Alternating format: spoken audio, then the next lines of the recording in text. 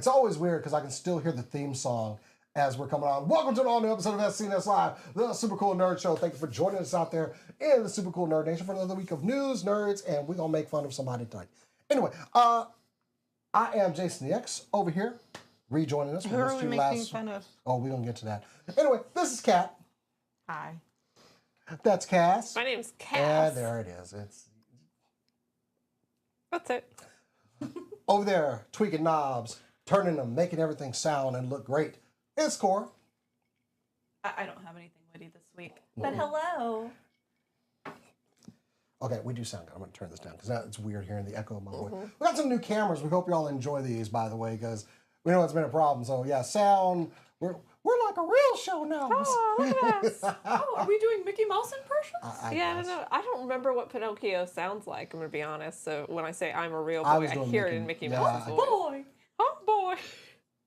Huh, yeah, it is weird. I don't know. Why did I do that in the Mickey voice? Anyway, yeah, so thank you for everybody that joined us to watch our latest campaign of Dungeons & Dragons. It was a great game.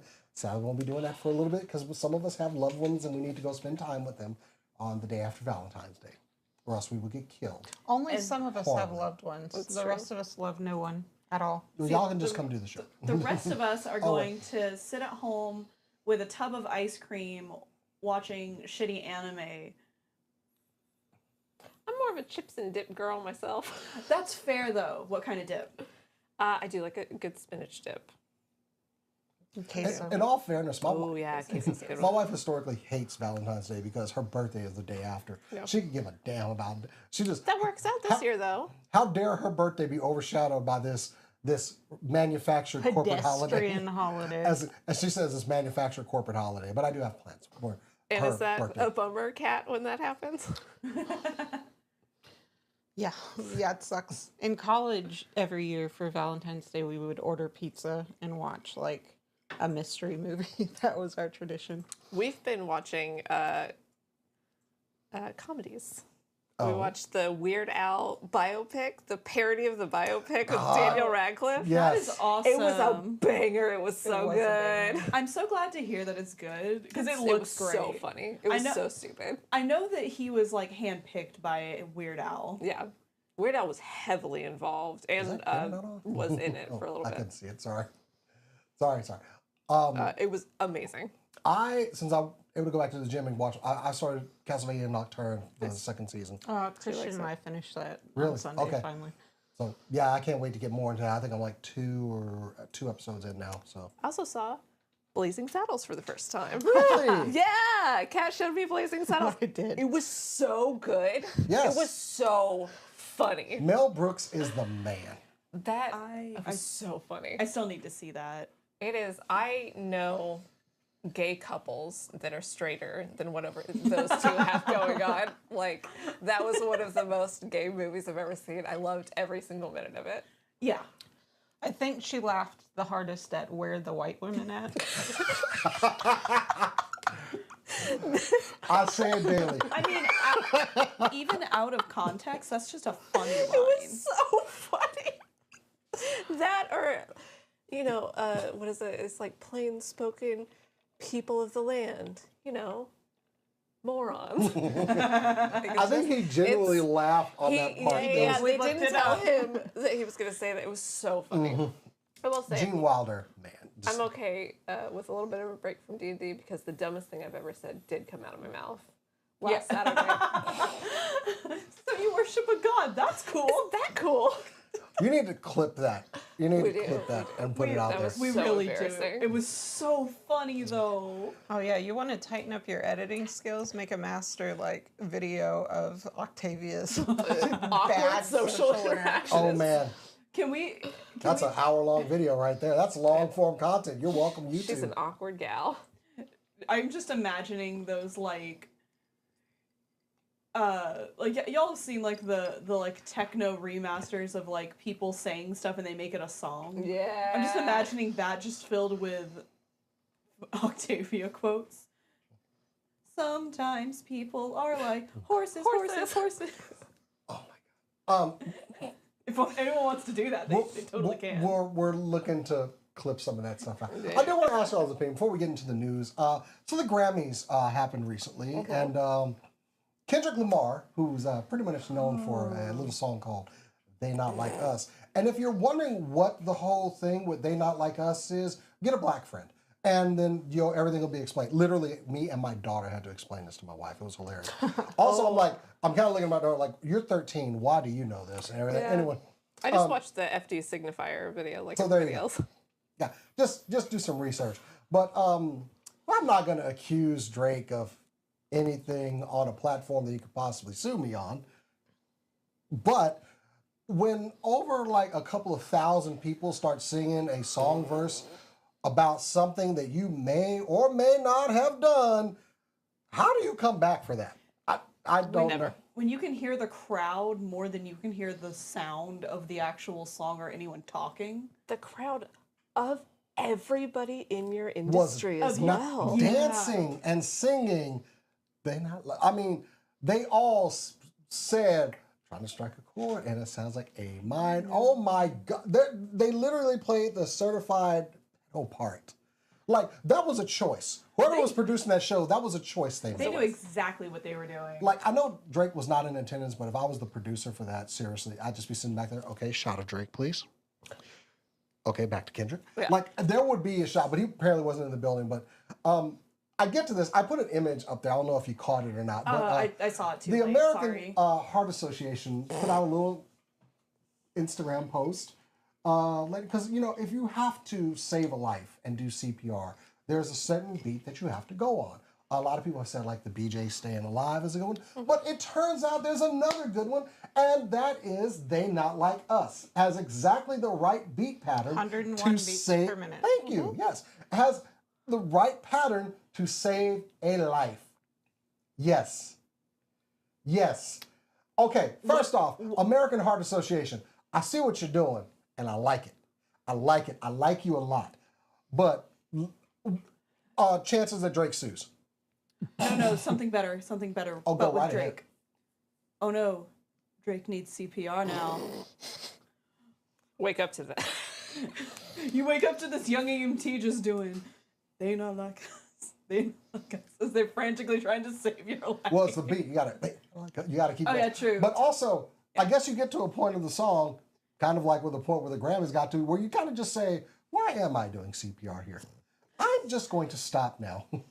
You get to just a certain part of the song, not accusing anyone on any platform of anything, but I can accuse him of being kind of a little bitch.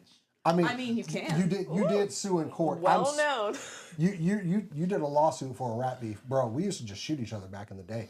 I'm sorry. That's how I knew he'd lost all credibility, is that his method of getting back is a lawsuit.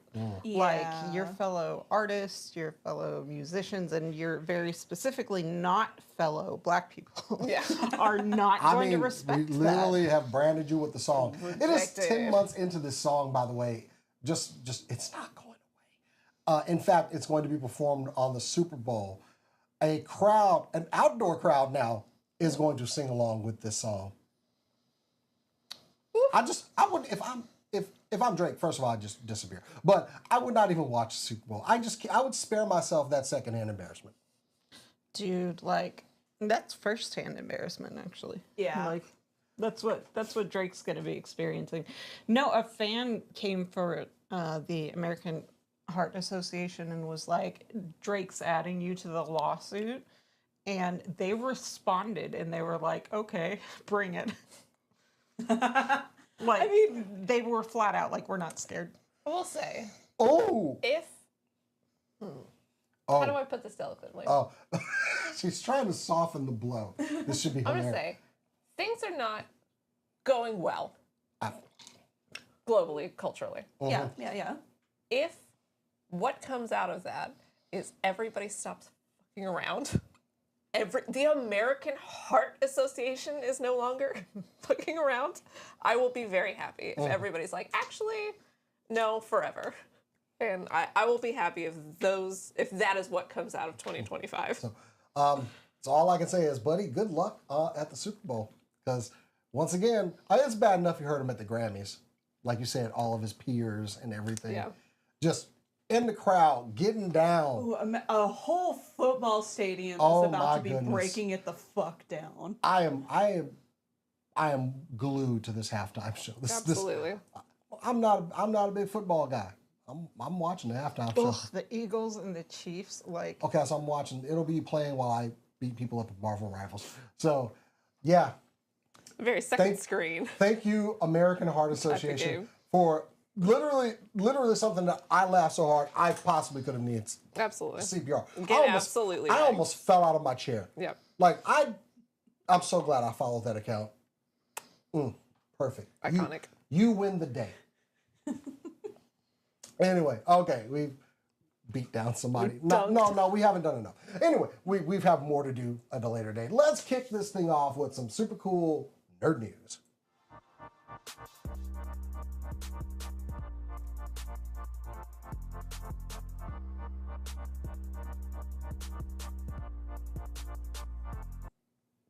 All right. All right, I guess I'm going first. So, this one's pretty funny.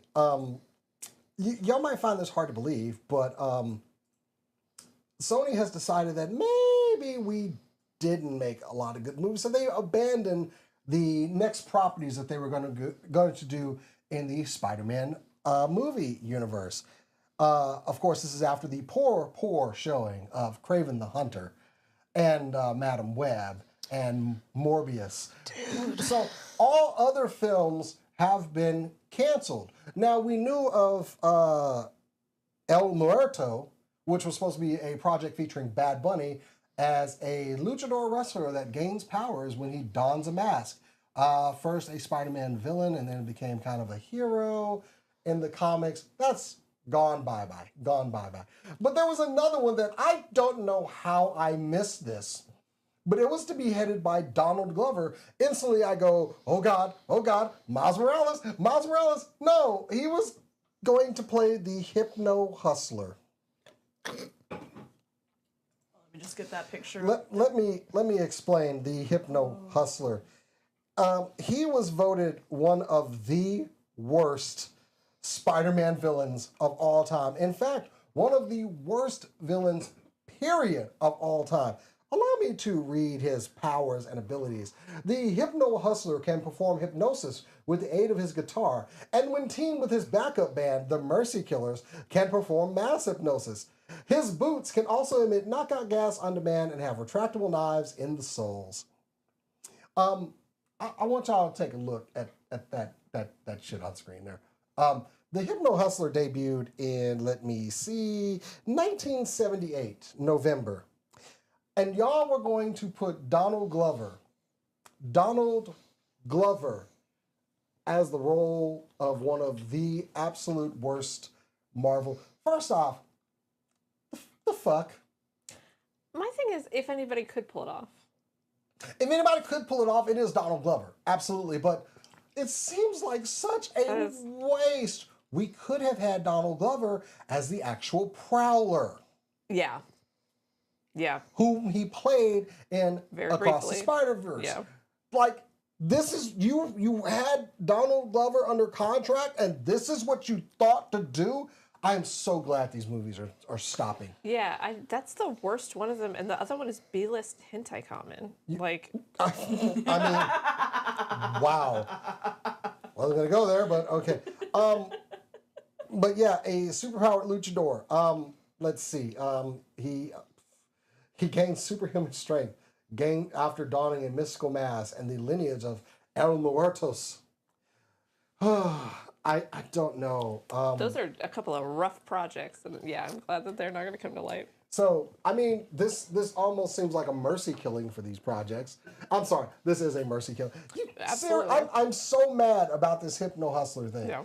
First off, the fact that someone knew about the Hypno Hustler. It's kind of like when Cora knew about a less-known Transformer that I actually lied to my friend, because when she mentioned it, I was like, no way she knows this. Bugbite. I totally denied the knowledge of this and had full knowledge of a GoBot that actually became a Transformer. Mm-hmm. And lied, but then I got found out. But seriously, Donald Glover. Not just Donald Glover, Childish Gambino. Yeah. Like, a really very talented musician. Yeah. And Was like, that I the get that inside he has joke? They were gonna music. Oh, like, he's Maybe. a musician, and Maybe.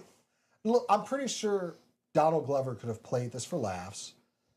It may have been a cult hit. It may have been just so absurdly funny. It probably would have worked. I'm just questioning. I have absolutely no faith in the Sony movies though. So like I mean, we've been better, burned. yeah. Exactly. So yeah, those are sadly the two projects that will never come to light. I'm Brutal. pretty sure 5 people are upset out there, and pour one out. No, I'm not even. No, it's a waste. You had Donald Glover and you had him play the Hypno Hustler. I'm sad for the world. Not just that, but like Hypno, like those, they always it gets sexual at some point. Yeah. It tends to, and then just grows. Yeah. And he would have been a bad guy, so he's a villain. I just don't get it. Nope. You could have done Prowler. You could have done Prowler. Just rip. You could have done a heist movie with Prowler and Donald Glover playing them. It would have been dope. And then him getting the gloves and everything. But no. I just, this depressed me actually going into this story. That's absolutely fair. I'm glad I started with this one. Anybody else want to go? And I'm just going to sit over here and just wonder about the thought process of Sony. No, I'm not. They're done. So anyway. I can pile on if you'd like. Oh, do go on. We're good at that. Netflix has confirmed that Sandman will end with season 2. This is a decision that I 100% support. I will also say after the first arc of Sandman, it gets really weird. So I don't even know what they would have done kind of going forward. But for obvious reasons, I absolutely support this decision. It is sad to see this this cast is absolutely amazing. They've done monumental things so far, and Tom Sturridge is an absolute legend. So it's a little bit sad to see those going away, but understand their decision, support it. It's not a little bit sad. It's super big bummer, even though like we get why it has to. I think like Tom Sturridge. We went to see his first panel that he'd ever done at Comic-Con a couple years ago, and he said he started looking for Morpheus in his dreams. And as a mega Morpheus fan, I was just like, holy shit, He gets it. He's get it. everything, yeah. But like, I'm with you. I support it. This is the right It's decision. the right move. It just sucks. It's, man. I really like that first season. It's amazing. It's a masterpiece. I still have it. Yeah. I'm gonna watch it, and you're right. It's the right decision, and I'm honestly tired of talking about why we're gonna do it, but it is what it is. We make determinations off of character based off of the knowledge that we have in the moment. Absolutely. So yeah, just I'll say wanted that to much. put that out there so everybody knows. Send them off with a bang. Yep. I will watch it. And love and support this cast, this crew. Oh, God, TV shows are made with hundreds and hundreds of people. Support them. And best of luck on whatever your future projects are. Absolutely. We'll definitely be supporting and watching. Y'all did very good. Yeah. I have a good one for kind of a segue in that it's still a little bit of a bummer, but it's not that bad. So, Will and Harper. I haven't seen this yet. This is about, of course, Will Ferrell and his friend. Her name is Harper. I don't remember what her name used to be. It doesn't matter though. Yeah. But it doesn't matter. It's an old SNL writer buddy, I think. And it was snubbed by the Oscars. It is supposed to be one of the best documentaries. And Will Ferrell showed up on Stephen Colbert. And Stephen Colbert was like, so fuck him, right? Like, fuck him. And Will Ferrell said, yeah, suck it, Academy. Calling back to his most famous being told to suck it as Alec Trebek in all those celebrity Jeopardy moments. It was just like, yeah, suck it, Academy. You don't want to be hanging out with them, especially not the documentary people. They're the biggest losers of them all. So good to see like a comedic take on it. I haven't seen this yet. I want to. It's supposed to be really, really good.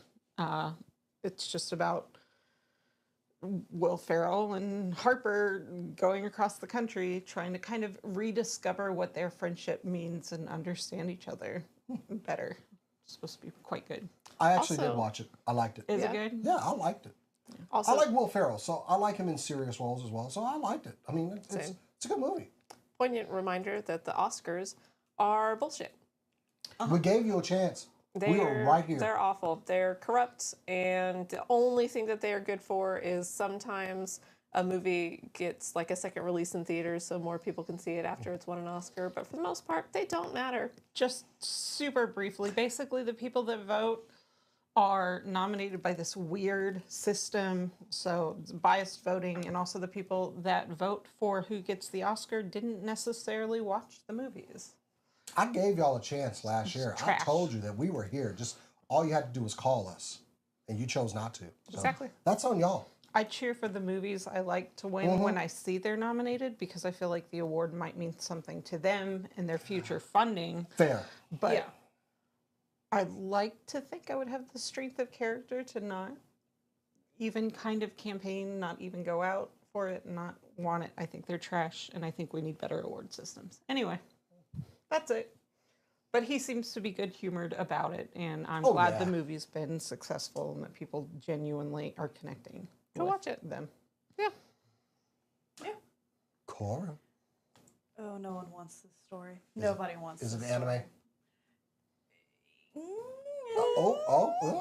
All right, so Hentai. we have no. That would be better, actually. So this is mostly there's a movie coming out. It's a new Brad Payton movie. He'll be directing, writing, and producing it. No one asked for this. I need everyone to let it rip because it's Bakugan live action.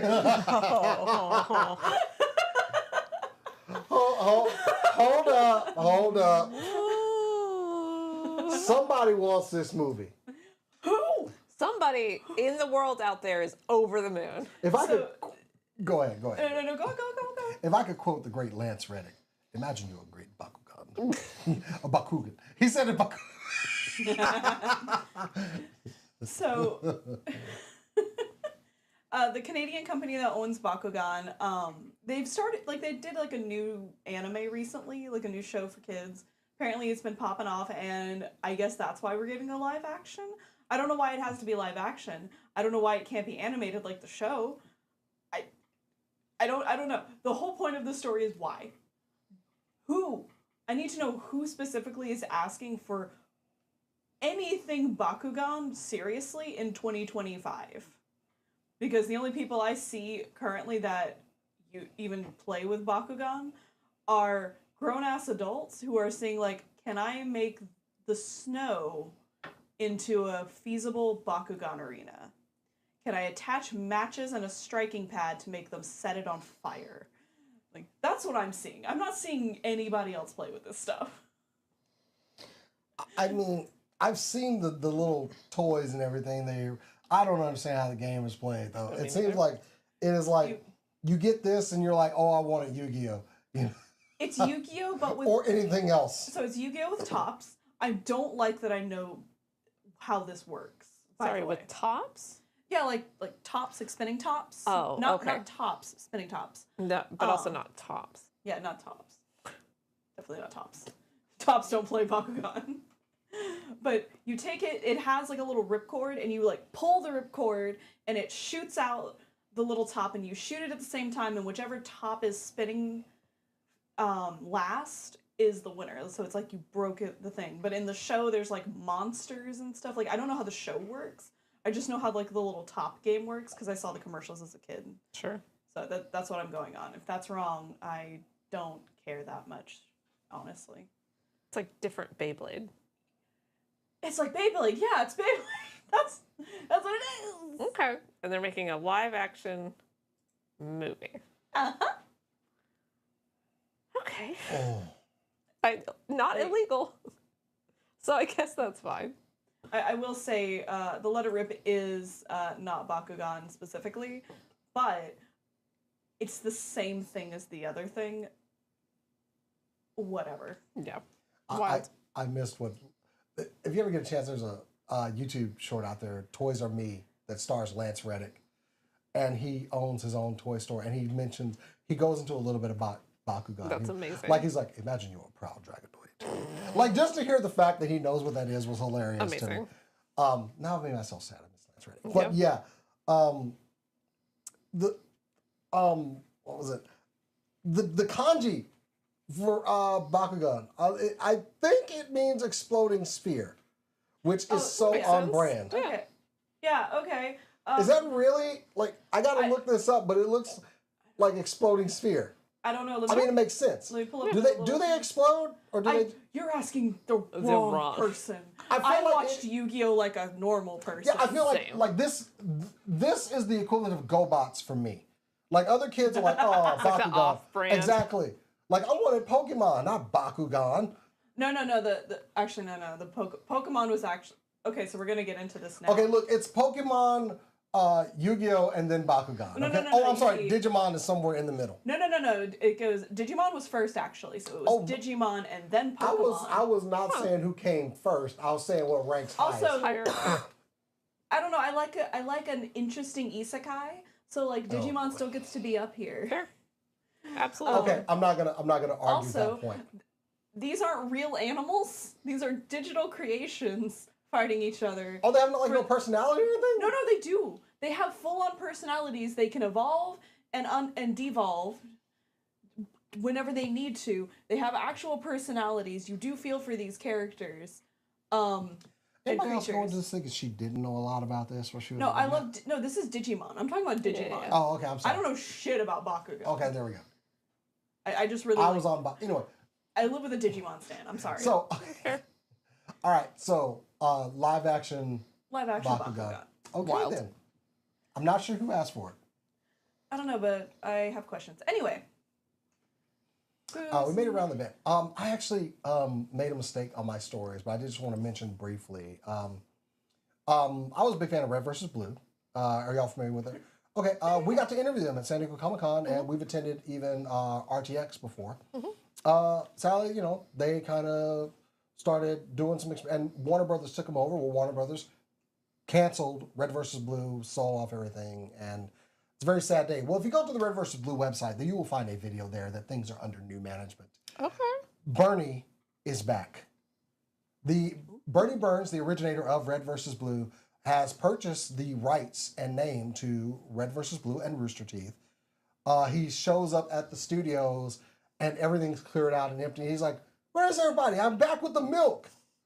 But under new management, right now it is Bernie. That's all we know. So and he implored other people to do this too. Do not go hassling the other members of the cast that previously were with the show. They might be doing their own thing right now. Let them do what they need to do right now. But don't go asking people of the cast that have had to move on with their lives after their jobs being shut down by a soulless organization that doesn't know a damn thing. Let this happen organically. I am very happy that Red vs. And he's talking like he wants to bring things back to their roots. For sure. Which is absolutely probably where it needs to go. But, it was a great loss to lose a studio like this that did this kind of work. And I'm happy to see them back. This is, Absolutely. kind of like some of the inspiration I had for doing things like this. Those guys were pioneers in this field. So congratulations to Red vs. Blue. I'm glad you guys are back. And keep an eye on them. Support however you can. Awesome. Also, if you need a nerd show, we got y'all. We got y'all. Oh, we do. We'll move to Austin. Will we? We'll move to Austin? It's a bold claim to make without talking to us. I'm just okay. Sorry, I didn't mean to jump over the story. That was more of a. I'm very happy about that. But this one, this one, feel free to jump in on. I've been loving Marvel Rivals. It's so good to be playing a game reminiscent of a game that I used to like back in the day. I can't seem About to recall. 2017, 2018. But you know what's great is. You know what's great? We get to play 6v6 gaming, you can get 2 DPS. It's the idea. tank. It's like, I know, how right? could It you- just seems There isn't perfect. really another format that works, It's right? nice and even. You can go all toxic and do like a 5v5 like Yeah, you do you- in If League you of Legends if you suck. yeah. Or you could do 6v6, which kind of gives everybody a unique spot without it being too overwhelming. So yeah, Marvel Rivals have been out going about 2 months now. Very good game. Blizzard Overwatch recently announced they are bringing back 6v6. Strangely enough. Also, I just want to say, y'all are bringing 6v6 back. This seems rather easy that y'all were able to turn this on. Oh, they turned it on for like arcade like 2 months ago. But okay, so getting into the full announcement, yeah. We're now going to have a competitive 6v6 season. But I don't know why, but it's not going to last the whole season. Aaron Keller, who's the game director currently, said this will be a mini-season that starts with the mid-season patch of season 15, so likely sometime in March. Blizzard, listen to me. Just bring it back. Just bring it back. I know why you're bringing back 6v6. I know. You saw what was going on over there. I have not played Overwatch 2. I loved Overwatch. Not played Overwatch 2 because I was just like, I don't want to do the 5v5. Yep, the kitty's here. Off tanks matter. So, despite like a bunch of fans not wanting 5v5, y'all chose to go with it anyway. And now that you see other people are flocking to something that is exactly what they want, you decide to bring it back. Very easily, might I add. I'm just going to note that. It almost seems like somebody just turned the switch on. No, go on. Oh, no. But I was going to move some thoughts on this sudden development. Oh, no, I'm giving my thoughts straight to camera. Go right ahead. You guys are colossal dumbasses. It is very hard to lose somebody who is as big of a fan as I was of 2017, 2018 Obsessed. Overwatch. I didn't have a social life for like years. I couldn't do anything else. And then I was a big promoter of Overwatch League. We made fans with your shoutcasters. We were such big fans.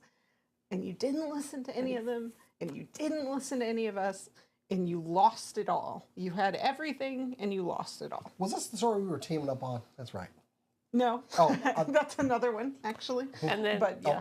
all of a sudden, look who comes crawling back to your fan base. I mean, just because we found a new man, and all of a sudden you're like, oh, baby, you're so hot, miss though. you. Oh, I miss you. Hey. We can make it work, right? I got a new man now. Wait, I didn't say it right. Anyway. You said it mostly right, yeah. I'm sorry. I have new love now. I've moved on. From the sound of it, you said it wasn't even going to last the whole season, so is it not sticking? I think this is definitely a testing the waters to see if they can at least try to pull some people maybe back. if we're feeling gracious. Marvel Rivals can really, at this point, just go ahead and release We something. can't play Marvel Rivals. I'm just saying that they can do Somebody hasn't bought us a PS5. like I'm obligated to buy a PS5. And No, not just somebody genuinely, it's a PS5 exclusive. Yeah. It's on I have a PC. feeling if I'm running Marvel Rivals the day that 6v6 turns on, I'm doing something big on Marvel Rivals.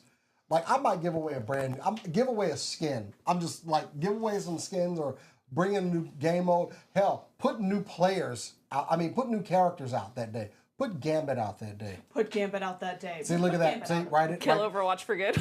Marvel, did you see it? Did you see it? Put Gambit out that day. No one, they'll be like, 6v6, guys? Hello. Anyone there? No? I'm hoping that they come around to it.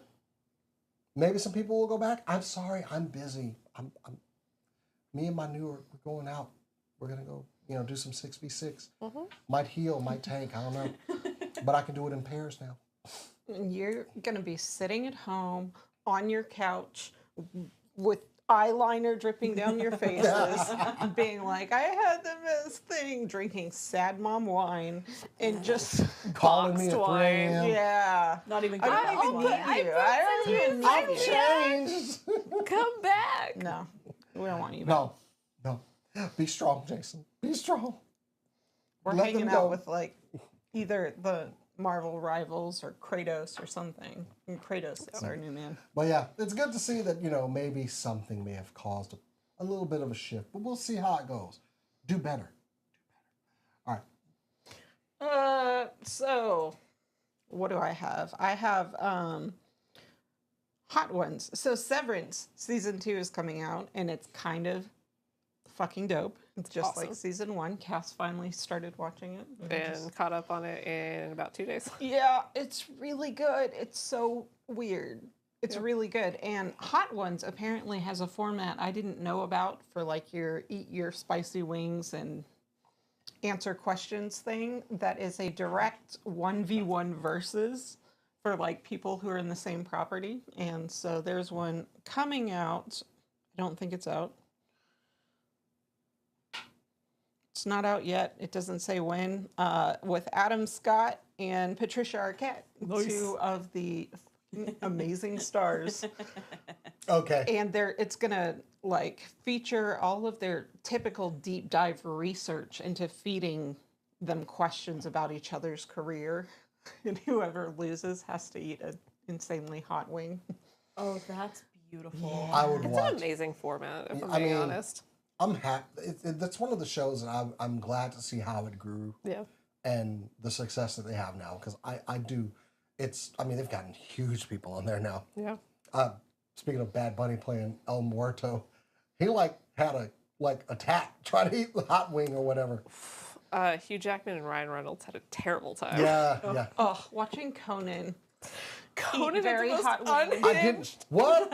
I haven't did seen one. that one. Conan is the most Irish mother this world has ever seen, and you can watch his face turn physically red as the heat rises. Doesn't match his hair. in his skin. So He's so funny. it is such a reminder that like a lot of late night hosts become famous because they're charming and they're personable. Conan became famous because he was insane, and like that's fully on display in his Yeah. Hot Ones. It's amazing. Oh, I It's need to go amazing. watch You that one. absolutely have to. It's It's so such good on a good YouTube. format. It is. Puts them. Yeah. It's like kind of an interrogation because he puts them in a socially acceptable amount of pain while he's interviewing them, You and say they're that. distracted by the pain, and they just answer more genuinely, and it's incredible. I've gotten some of the hot sauces they've had on that show. Holy crap. Yeah, They're still in the fridge because I have not finished them. Someone was like, is it really hot? Yeah. one of our brothers has gotten quite a few of the sets. He and his fiance like the very hot wings, so we've tried a few of them. They get really hot.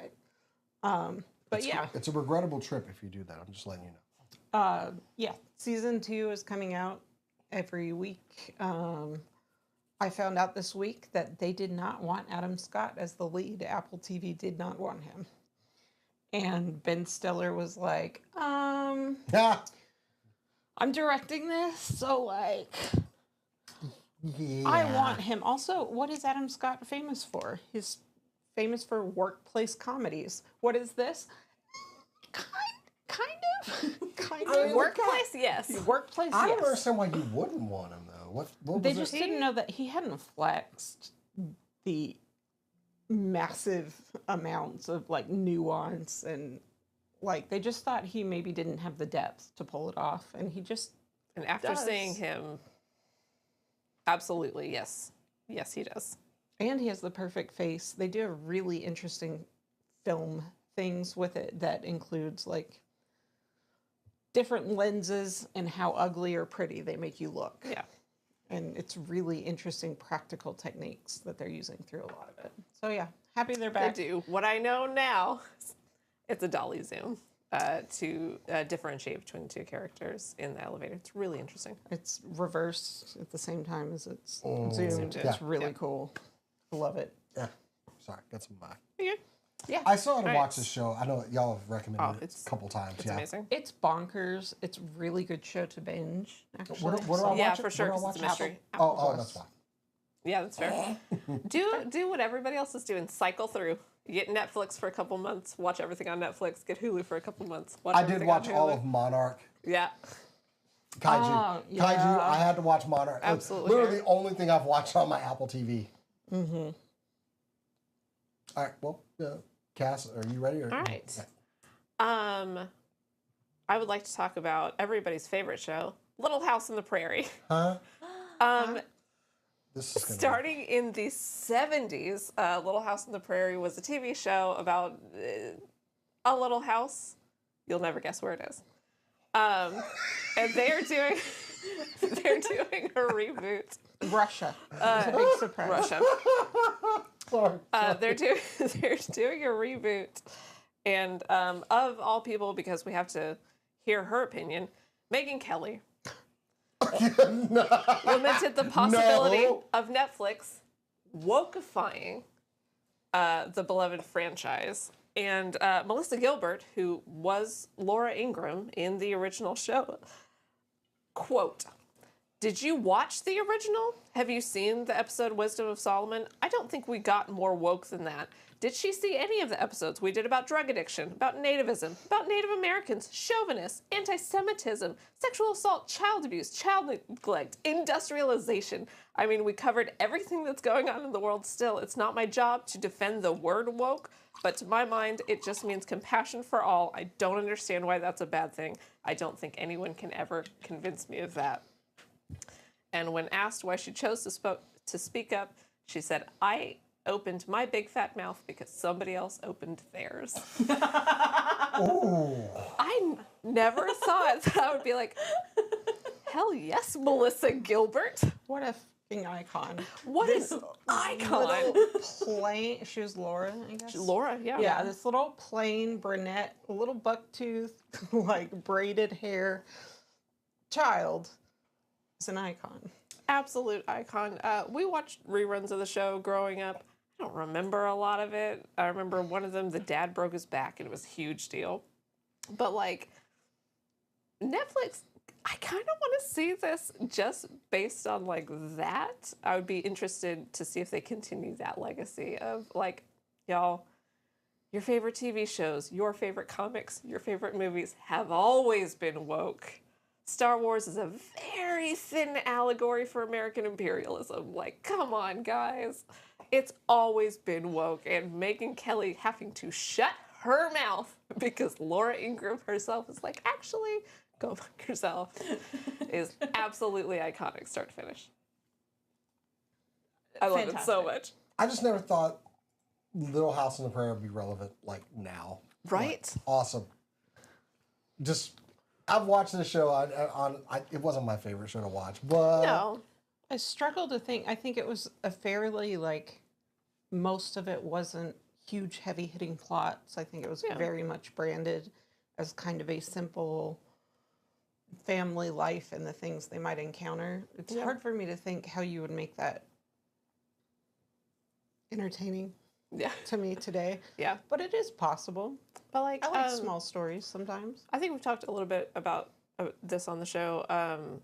Our grandmother's getting up in years, watches a lot of TV, but doesn't like to watch anything that's super violent, has a lot of language in it. And something like this that has a lot of those themes of compassion, of coming together would be absolutely wonderful for, you know, our family to watch together.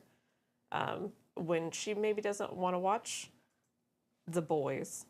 There's also the potential that they would bring the original Little House onto Netflix. Yeah. Which would be fantastic, because then they're going to get engagement that way too. Yeah. Because everybody that grew up with the show, or anyone who has fond memories of it, can still watch the old show. Yeah. And have a better comparison for the new show. Yeah. I remember the dad was hot. Yeah. I mean, yeah, I'm looking at the picture. Robert Landon. Michael. Michael Landon, sorry. I will say, Touched by an Angel. The showrunner, he was in a different Angel show as well. The showrunner did work as a producer on The Boys, which I think is really funny. She's going to have a very different experience on this show. Rebecca Sonnenschein, and it is a, quote, reimagining of the series based on the book series by Laura Ingalls Wilder. So, I honestly, I'm probably going to watch the pilot. I don't imagine it's going to be my next favorite show, but I'm going to give it a shot. Why not? Yeah. Could surprise you. Showrunner of The Boys, or one of the producers on The Boys. Range. Wild. I mean, producers, though. Like, Yeah. It's a broad job. It's a broad job, and quite specifically doesn't do a lot of the direction of the show. It's more about tone. acquiring and, Yeah. Anyway. Up to bat. It's Cora. All right, we're going to keep with the TV theme, because that's what we do on this show. So Netflix, also with Netflix, will be releasing a new Devil May Cry anime. Ooh. It'll be coming out on April 3rd. I have the opening sequence for everybody, not with the sound, and not for the reasons you would think, but I'm going to go ahead and play it while I talk here. So it is going. They've already confirmed. Studio Mir has the. Stop. Sorry. The studio that is animating it has confirmed there will be multiple seasons. This first season will be 8 episodes. We're going to focus on Dante, Virgil, and Lady. There was a previous anime. It was done by Madhouse. It was 12 episodes. Well, Now here's the thing that like took me for a loop. I'm giving Kat and Cass 3 guesses what song they used for this. The song was like early 2000s, and it was a popular song. Early 2000s. Yes. For this sequence. Meredith Brooks' Bitch. that's one. That's one? No. Is it Scooter? Are you ready? No, that's 2. No. I'll give you 4, so that's 2 each. Scooter. I don't remember the name of the song. 1 Week Bare Naked Ladies? Wow. No, that would be no. hilarious though. What was it? Early 2000s. There's a lot of songs came out in the early Okay. 2000s. That's it why a you boy gotta band? guess. Is it a boy band? No. No. Okay. It is Limp Biscuits Rolling. Rolling. Okay, that's enough. amazing. So I'm gonna throw this animation back up again, and I want you all to imagine Limp And the people Biscuits rolling up in caddies. You have to be careful. We do not want to get I'm copyright. singing it. They cannot No, copyright. they will. They can. Really? They can. Yeah. Yeah. For singing. Yep. Okay. Yes. Not if you sing way off key, maybe. Well, no problem there. Yeah. But yeah, I just want you to imagine. Oh, that's amazing. Yeah. It actually works really well. That's Funny iconic. story. This is one of my favorite songs to do on Beat Saber. Rolling. Yeah. Nice. And this is the air raid. Cora looked at me funny when I was like, is it air raid or assault vehicle? She's like, what? I'm like, there's 2 different versions of the song. There's kind of a rap version. Yeah. Either way, the show looks like the animation looks great. I don't know if this is the same full-on animation style that will be in the show itself. For clarification, this is of course the opening cinematic, but it looks so good. I'm really excited for this. I mean, I'm excited for a lot of Capcom properties. I would like if more had some kind of adaptation in some way. Yeah. Because, I mean, I love Devil May Cry. I love Dante. I love being able to wield big sword and shoot miniguns and have no limitations. And yeah, I'm excited. And Johnny Young Bosch will be our Dante. I mean, this was Which the only means- choice, you know. Which means I'm sold. I mean, I'm a big fan of the Devil May Cry video game series. I have Dante figures and stuff over there, like the high grade ones. So, oh yeah, from the latest game, him and what's the guy's name? Not Virgil, Mr. One Arm. I can't think of his name. Anyway, but yeah, love the series. Love the game series. I'm definitely watching this. Yeah, it's gonna be great. I don't know if I mentioned it. Studio Mir will be doing the animation for it. When? They are most known for Legend of Korra, but they also did The Witcher Siren of the Deep. They did the animation for that.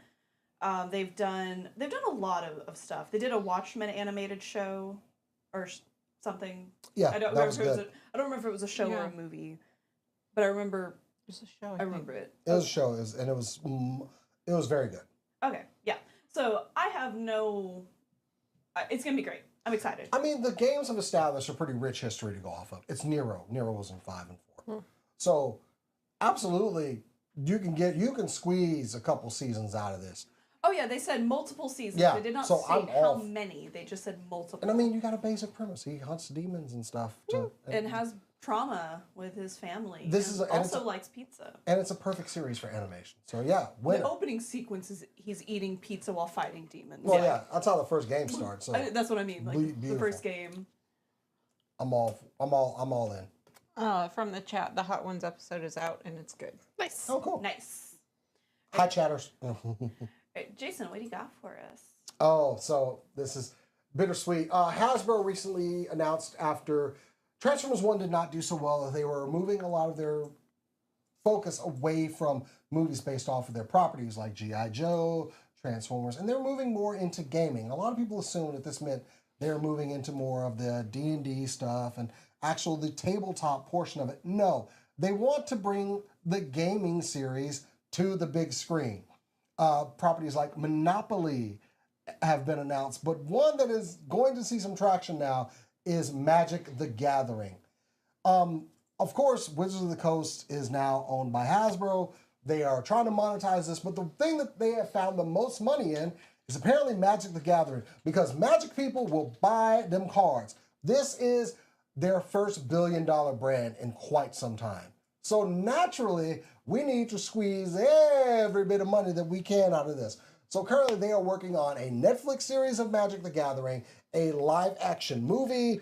I have I'm just kind of like freestyling right now, but look for a deluge of Magic the Gathering content coming soon to you. Now, I don't play Magic. The most experience I've had with Magic is I flipped over a table that had a bunch of Magic cards on it, and it was pleasant. Yeah. Kat, what about you? What kind of loser plays Magic? I don't know, Kat. Wow. So recently, I started playing Magic, Really? like in the past month. Go on. This is all you now. I'm a spectator at this point. Kind of a lot. So like Christian's been trying his best to just like take us to the water and make us drink on this for quite some time. And he finally shoved my face in the stream for long enough that I started drinking. Here's the thing. Magic the Gathering is a pretty cool universe. It could be a lot of fun.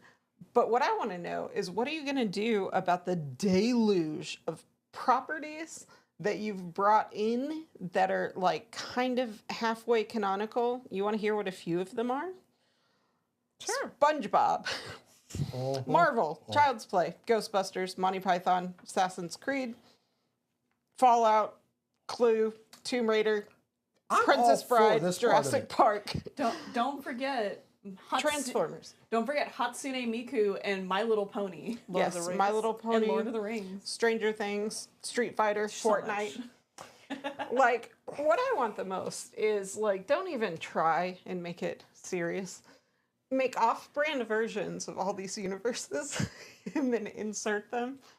I want to see a, like, kind of, like, I don't want to see SpongeBob, but I would love to see a little steel wool guy that comes in here as a commander and, like, tries to wreck things. Well, see, there's also, like, funny Jokum cards. My favorite is Alexander Clamilton, who is a clam dressed up like for the Revolutionary War with a blunderbuss and everything. You made this up.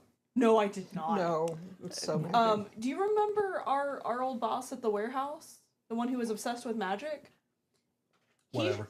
He showed me that card. I actually pretty much knew that was a real thing. I just refused to believe it. Look, I cannot deny. I don't ever like crap on other people's hobbies and everything. I was there in 1993 when Magic came out, okay, and saw that this thing was growing. We're talking like millions of players worldwide. They pay buco bucks for these cards. Oh yeah. So I could understand. It almost seems late to the game to be doing this. So A little bit. the first property actually will be a film based off of Magic the Gathering, and then a television universe. You'd be fools not to link these two together. Yeah. Or do you do separate properties? There's enough lore. There's enough lore you can do. Not connected universe. Okay then. It kind of depends for me because, like, I think one of the heavy hitters of doing it right recently was actually Arcane. Yeah. So if you want to do blockbuster movies that have like a zoomed out, like wide picture of kind of a lot of what's happening, that would be cool. But you could also zoom in. They have a structure that works relatively well for that in the commanders or like kind of heroes that you have, and you could base a TV series. That's what I hope they do, is get small Hasbro enough. is teaming with Legendary on this, and I absolutely can see a Legendary pulling this off. They kind of have a track record for these kind of things. They just did. Yeah. With Dune. Okay. Perfect. Thank you. Mary Parent, the chairman of Legendary, said, "We pride ourselves on being thoughtful caretakers of singular beloved IP, and no property better fits that description than Magic the Gathering. Alongside the fantastic Hasbro team, we look forward to creating a multimedia universe that thrills long-standing fans and creates a broad new wave of new ones." Of course, Hasbro's head of film, also Zev Foreman, This is an exciting and complementary partnership, uniting one of the world's most iconic brands with a powerful and proven steward. Magic the Gathering has inspired decades of epic world building and creative storytelling. It's a perfect match for Legendary's diversified approach to marquee IP, and we are excited to work together to build a whole new Magic the Gathering universe. Pretty good statement going in. I do trust Legendary to pull this off.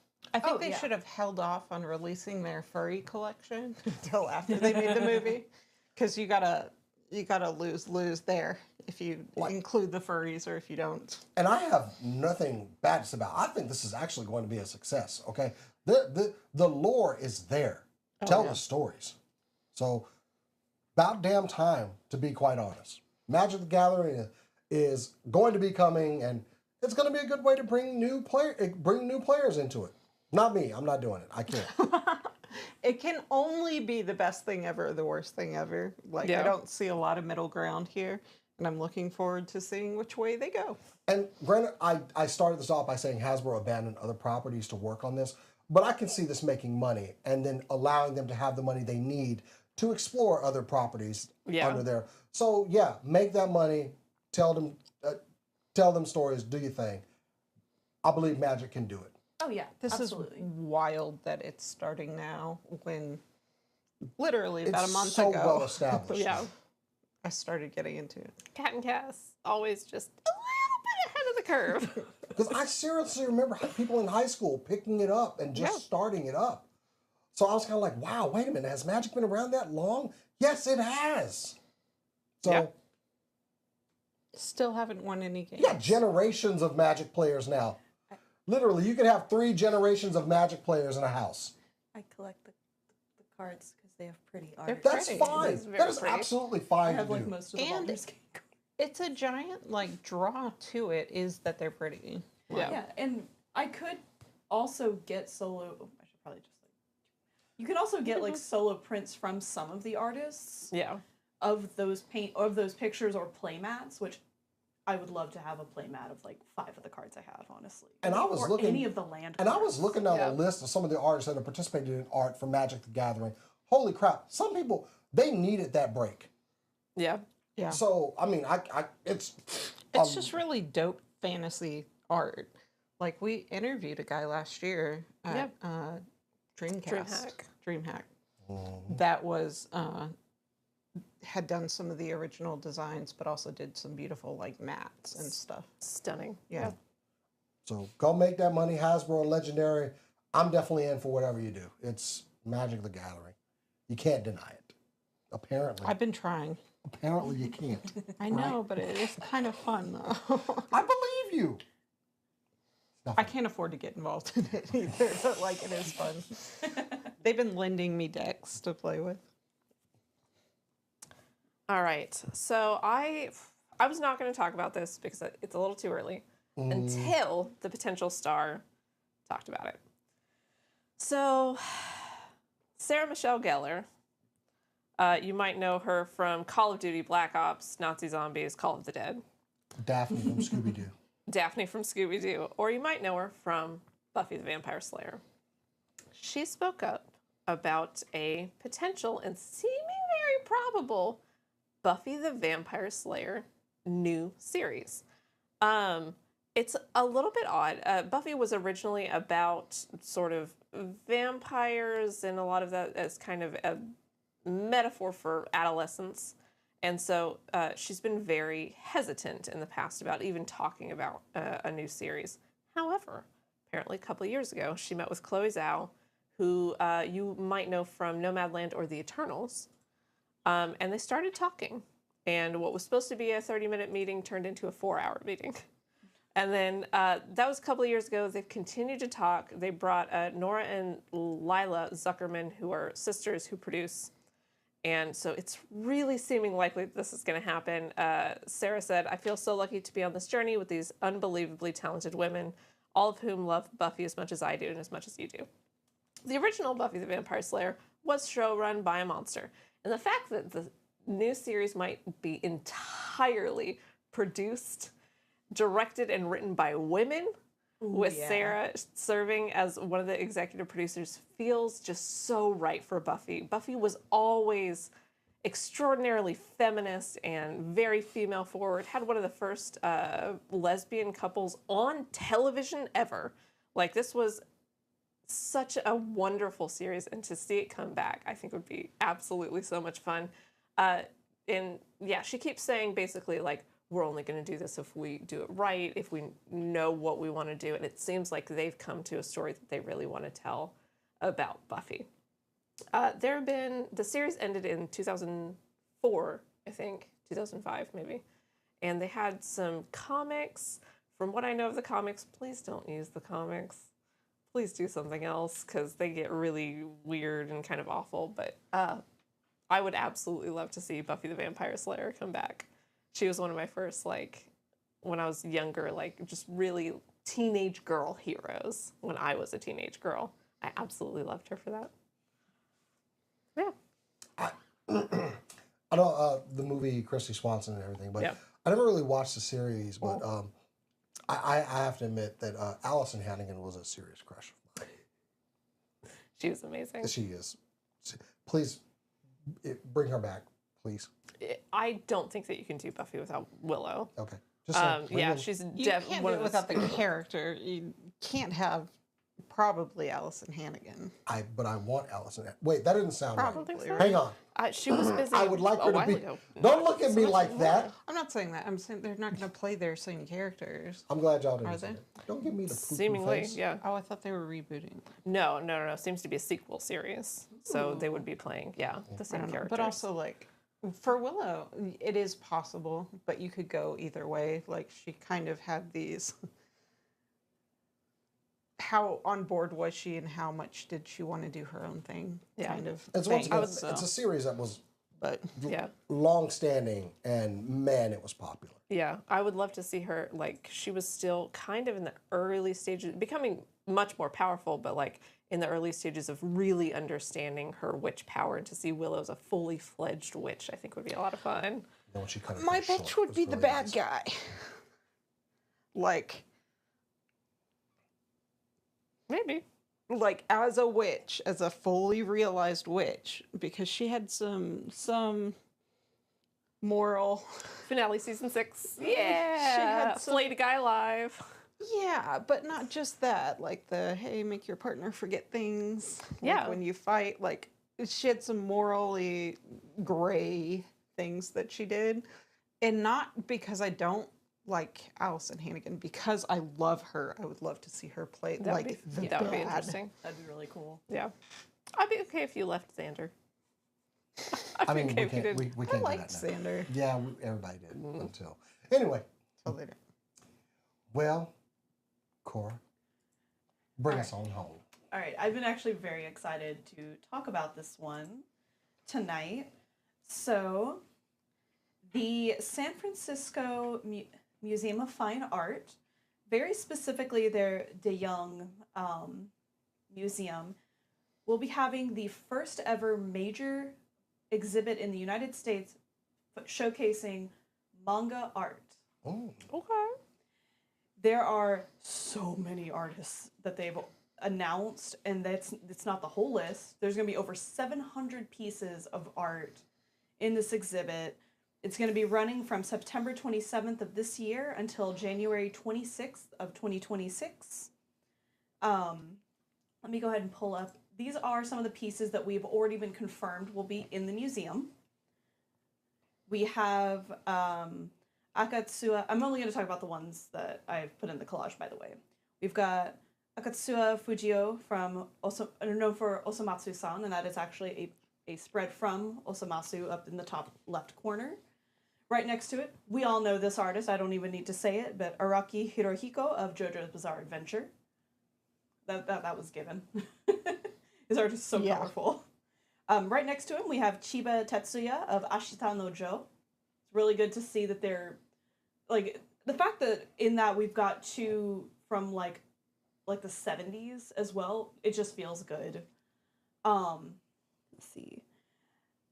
The next one, far left, at the right under Osamatsu-san, is Tagame Gengoro of Our Colors. I'm not familiar with that manga, but it looks interesting. Mm-hmm. Did I not write down that artist? Oh no. I didn't write down that artist. Oh no, you missed one. You'll have to include it in the Yeah, comments. the colorful one next to him. I believe. Well, no, I did write it down. I'm sorry. It's Tanami Keiichi. I believe the manga is looking in the mirror.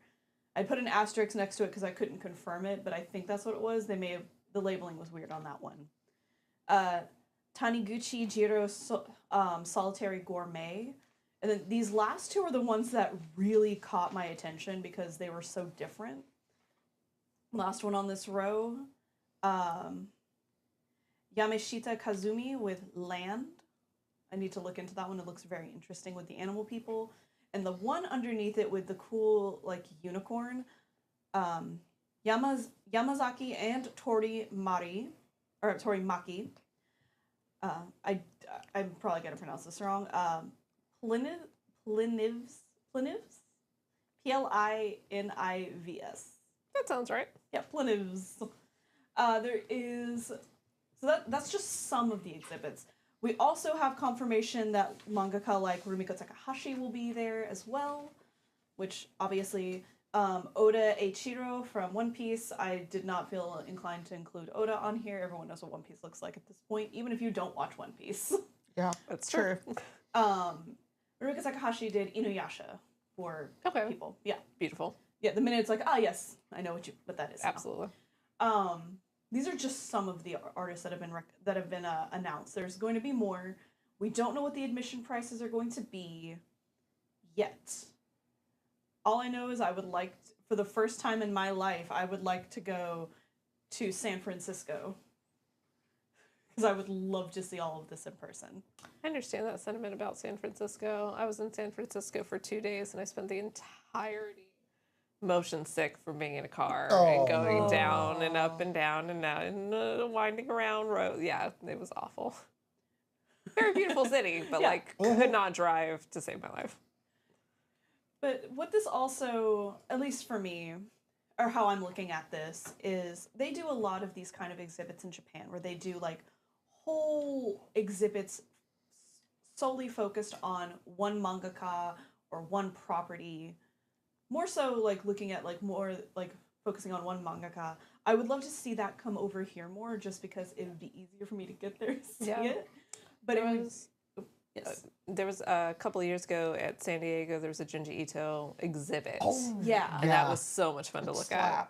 It was so cool. Imagine that being at, like, the Dallas Museum of Art and being able to just walk through that. Yeah. Like, for 2 months. I spent way too much time there.